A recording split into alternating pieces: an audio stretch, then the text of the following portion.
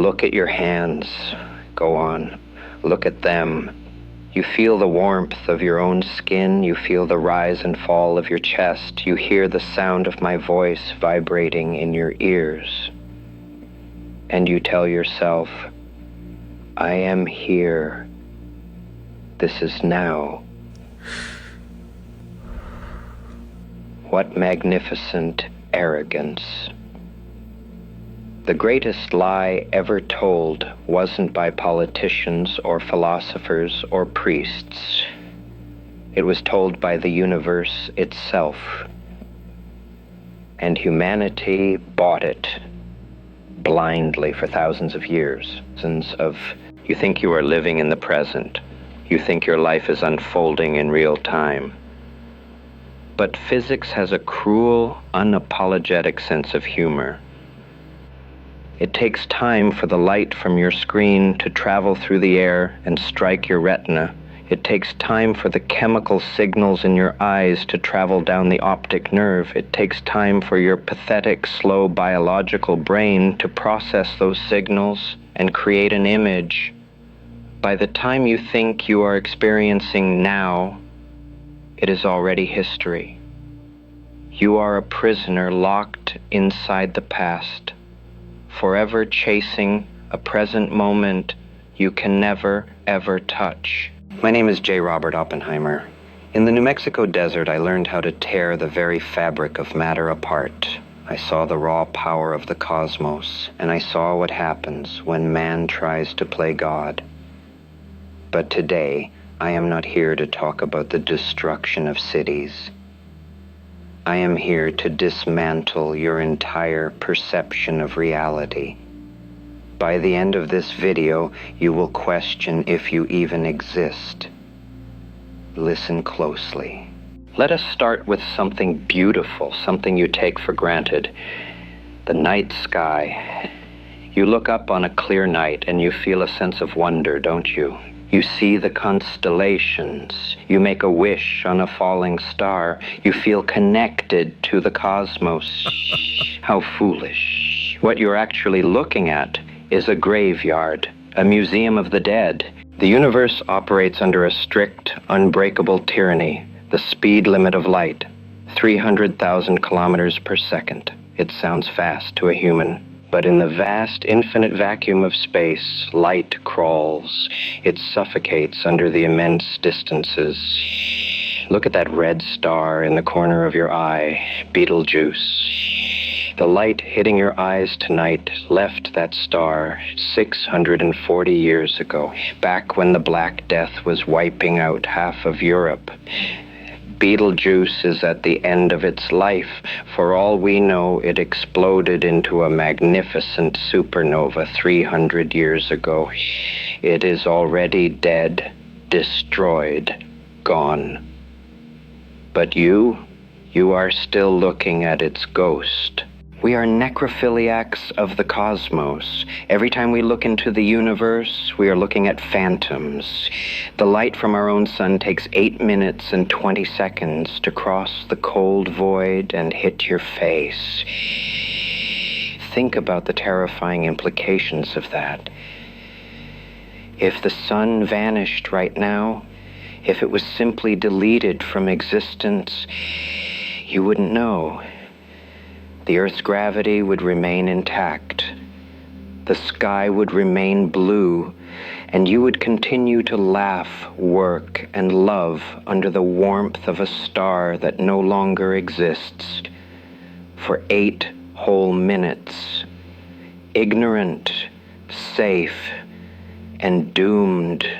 But the illusion goes both ways. Imagine an alien civilization sitting 65 million light years away in the Virgo cluster.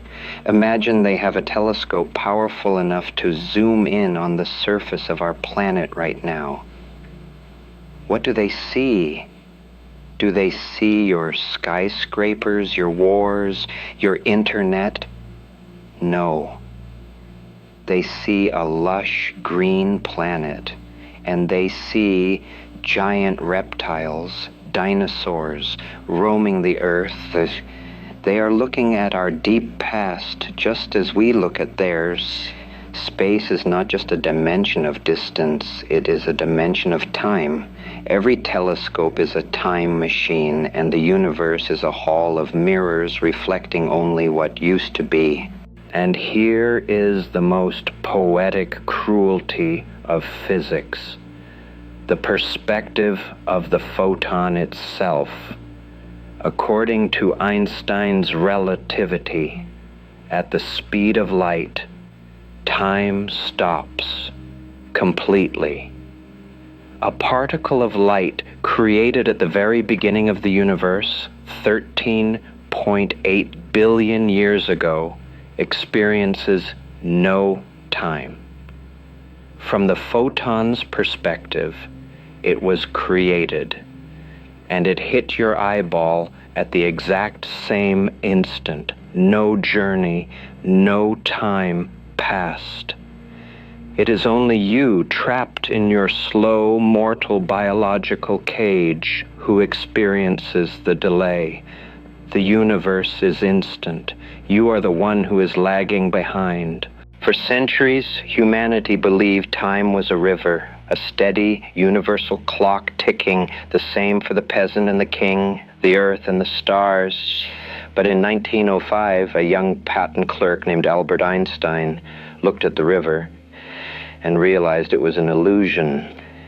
He shattered the universe. He discovered that time is not absolute. Time is a parasite. It feeds on your speed and your gravity. Simultaneity, the idea that two things can happen at the same time, is a lie. Imagine two bolts of lightning hitting the ground, one in front of you, one behind. You say, they happened at the same time. But to a man moving on a high-speed train passing by you at that exact moment, the lightning in front hits first. Who is right? Both of you, and neither of you. Physics dictates that what is the present for you is the future for someone else, and the past for another. If you want to see time truly die, look into the abyss. Look at a black hole. Gravity is just the bending of space and time. The heavier the object, the slower time moves around it. If you were to fall toward the event horizon of a black hole, an observer on Earth would see you slow down, slower and slower. To them, you would never cross the threshold. You would freeze in time, slowly fading into red, becoming a permanent ghost on the edge of the abyss. But for you, you would fall straight in, ripped apart atom by atom in a process called spaghettification. You would experience your own violent death, while the rest of the universe watches you live forever as a frozen statue. Which reality is the truth? My friend Albert proved something terrifying, the block universe theory. The past is not gone, the future is not waiting to be created. Everything that has ever happened and everything that will ever happen exists right now. Past, present, and future are all just coordinates in a four-dimensional block of space-time. You don't move through time. Your consciousness is just a flashlight, illuminating a pre-existing reality, slice by slice. Your birth, your first kiss, and your death. They're all happening simultaneously in the block. You are just too blind to see it all at once. You might say, Oppenheimer, this is all very grand, but black holes and distant stars don't affect my daily life. Oh, but they do. Let us bring the horror closer to home, but let us look inside your own skull. Information from your eyes is not instant. Light hits the retina, it converts into electrical signals, it travels down the optic nerve, it reaches the visual cortex at the back of your brain.